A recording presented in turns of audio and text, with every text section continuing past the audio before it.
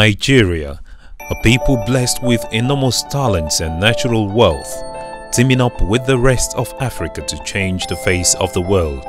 Every day, our people crave to join their voices in developing their beloved fatherland. But can the people's voice be heard? Discuss Nigeria with Leo answers yes. In other words, do you have suggestions to make on national policies and various sectors towards national development? Then why not come and join to discuss Nigeria with Leo, to educate ourselves on relevant issues and chart a way forward in developing Nigeria as the real giant of Africa.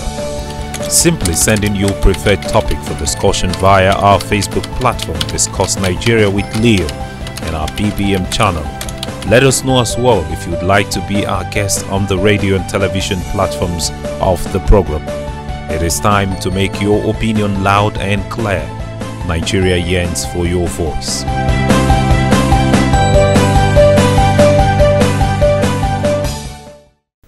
A very good day to you out there watching us. This is African Free Press Television, where we report Africa from a refreshing perspective. And this time we are not coming with the news as usual. It is Discuss Nigeria once more on this famous station. Today we'll be taking on the state of the nation with an activist, Mr. Hamzat Lawal. Thank you very much indeed for coming to join us on the show today. Thank you for having me. Now let's go straight into the matter. This is a very busy country where if you wake up every day, there is something for you to talk about. But very interestingly, we know this government has come with a badge trying to tackle corruption, trying to pull it down with whichever means possible. Now they've tried to use the EFCC, made so many arrests over time. How far do you think they can go with this? Well, I think trying to tackle corruption is quite exciting and interesting for this government. But again, I think that the EFCC so far has not prosecuted anyone. What we hear is they're now into a lot of court cases. But again, what is the result of these court cases? If you ask me and if you ask most Nigerians out there, what we see is media, it's a media campaign, you know, prosecuting them on the media and trying to get speculation from citizens on what they have done. But they have not invested a lot of resources in terms of gathering intel or gathering information on their crimes and providing evidence, concrete evidence about what exactly are you prosecuting them for. But rather than going to the media houses and on Twitter and Facebook talking about what these people have done and how they have looted Nigeria's resources.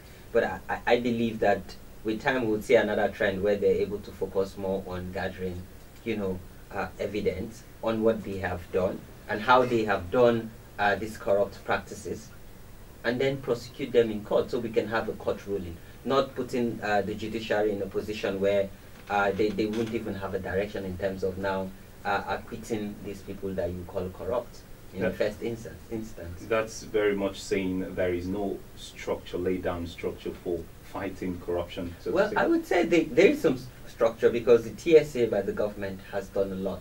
It has saved Nigeria. It has now tried to cover some loopholes on how money gets to private pockets.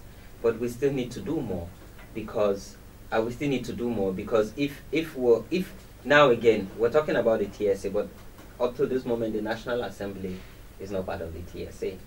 So as much as we want to get every agency of government, we also need both the judiciary and the legislature to support the fight. The executive alone cannot do it. They need the support of the judiciary and the legislators. And of course, we need to review some of our policies. We need to review some of our laws and revisit some of them. I think it's going to be a little bit difficult talking about the National Assembly this time around, because when it affects them negatively, they tend to shy away from some of those policies. Yes, and you know, if you look at the Nigerian budget, over 25% of this budget goes to the National Assembly. And up to this moment, the National Assembly has not specifically submitted a breakdown of what they're going to do with the budget. You know, yes, there's a budget for them, but there's no specifics on what goes to where, how, and when.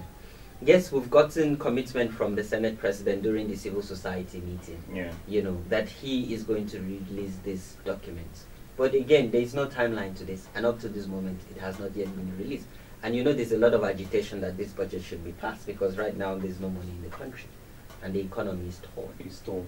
Yeah, talking about the economy, permit me to take you down to the interview the president granted the other day on Al Jazeera with Martin Dennis talking to Al Jazeera.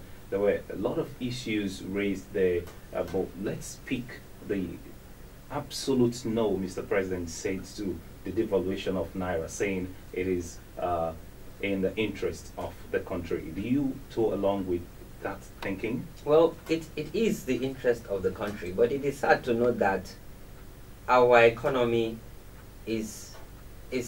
we're dwelling in what happens in the international market. We don't have an independent economy. And that's why it shouldn't be fixed, so to say. Well, again, when we now rely mostly on importing everything, obviously, the developed country would want to control how things are being done. And of course, we can't just go ahead and devalue the Naira. And then, when we do this, we would definitely make some people richer. And of course, a lot of Nigerians would suffer, because most of our end products, we import them. So again, of course, as a nation, we need to look at diversifying, and also looking at how we can start consuming what we produce, not necessarily relying on international products. I think now is the time for us to invest in other sectors, like the agricultural sector. Nigeria is experiencing a silent food crisis. How can we invest more in agriculture and not just feed our nation, but also start exporting? Because this now makes us more economically sustainable and become that economic boom in Africa. Or else, I believe you me, the dollar would keep making us look like some weakling. Now, talking about the dollar, we saw the president obviously placing some restrictions on the use of forex, even for educational purposes. But right there, while talking to Al Jazeera, he said it was a tricky question actually, but it's very, very scandalous, so to say. Permit me to use that word for the president to say his children actually could study abroad, but others' children cannot do that. Well, I think Mr. President is not being sensitive to some issues, because beyond just making that statement, even on NTA, the national television, he laughed about the 5,000 naira stipend that was promised by his party, and saying that he did not personally meet that commitment. But again, the party who made the commitment provided him a platform where he won the election. So is there a divide between the presidency and the political party? And what is the ideology behind even his candidacy and the promise to the people? Because he made a lot of promise. And even there's this new report by Buhari Mita, which has been funded by CDD, that's Center for Democracy and Governance. He has only achieved one out of numerous hundreds of promises to the Nigerian people. It's really sad that the leader of the most black populous nation would say that on live television in an international platform. And I think there's a big disconnect between the president, the presidency, and the Nigerian people. Yeah. There's this huge communication gap. Why is it that whenever we hear our president addresses issues that affect us directly, why do we hear them on international scene? Why is it being aired on an international platform, or when he's not even in the country? Why can't he come back to the country after his visit or diplomatic missions and come and discuss with his people directly using the platforms that we have? It's really worrisome. Yeah, and I think that's really worrisome, so to say, because when you take a look at that interview and how the feelings of Martin Dennis, talking of the lady that interviewed him, when you look at her reactions, she was startled, so to say. Anyway, we've been discussing Nigeria on African Free Press Television. Today I've been taking on the state of the nation with Mr. Hamzat Lawal. Now let's get down to the one that we know one or two times it comes and goes, just like the Nigerian network I used to say, the fuel scarcity. It has come back once more. Why is this so? Well, when it started, first we had it was panic buying. Then again, there was always a shortage. It's quite concerning for Nigerian people. Why do we always have shortage? Nigeria is one of the largest exporters of crude in Africa, and yet we still can't fuel our household and even our cars, which is really sad. Again, we run an economy that is dependent on fossil fuel. Why is that so? Countries that have thrived have always ensured that they have been able to diversify from dirty energy. We all know the devastating effect of even mining this crude oil. Look at the Niger Delta, for instance. What caused the whole Niger Delta crisis of meltdown, like some people call it? It's because of these resources that has now become a driving force of our economy. When we have other issues that we can actually, generate resources from. And not to mention that even our national budget also beckons on crude oil in the international market. So if the crude oil market crashes today, we will not be able to even finance our budget. So I wonder again, because up to this moment we don't even have an economic blueprint. No, we don't. And back there in the interview, I'll continue to refer, because the interview actually touched a couple of things. The president's answers to some of the economic decisions he has made over the past 9 months that he took over power. Now, when you look at the fact that some people are clamoring for a crack economic team to come and help him, does it mean he doesn't need any of those advices from outside of his head?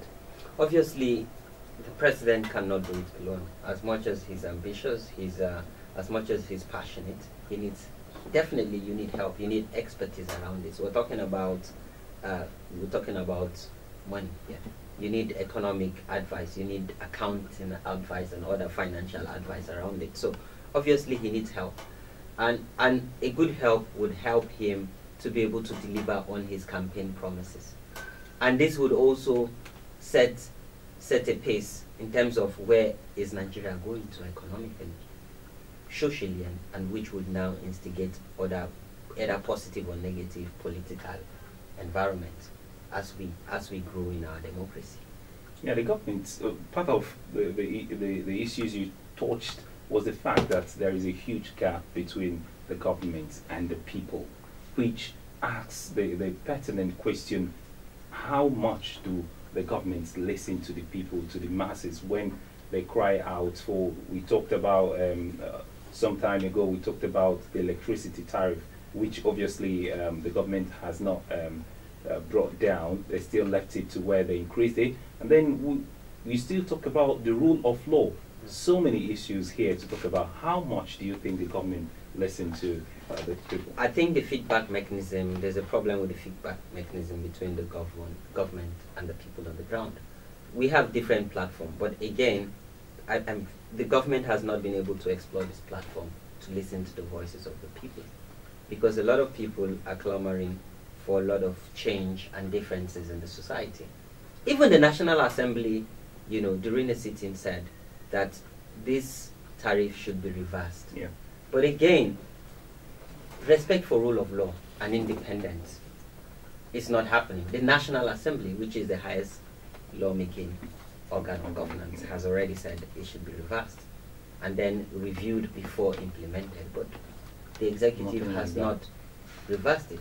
And obviously, if you look at the trend, the judiciary is also losing respect for the executive, because now you see a lot of judges I don't know the judiciary term, they recuse themselves from a case that's saying no, they don't want to handle the case, because a judge would rule on a case expecting the executive to implement, and then the executive is either they release the culprit and rearrest him and now bring different charges or the same charges. Yeah. So it's really worrisome. It is worrisome, because there is nothing like a vibrant democracy other than the rule of law. We have a constitution that guides us as a nation.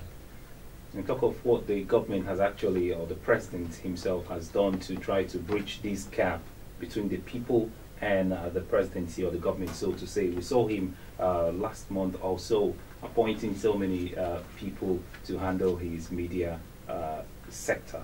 And then I used to think that obviously why this girl was released from where he was abducted, the other day, was actually because of the huge parts, the media, new media actually. Yeah, the citizens engaging using Twitter and Facebook. Twitter and all that. How much do you think her example will go to making sure that human rights in Nigeria is upheld? I think by and large, Nigerians need to unite. We need to unite and also leverage on the platform, on the social media platform, because we've seen great progress in terms of how Nigerians are able to unite and amplify the voices of the vulnerable.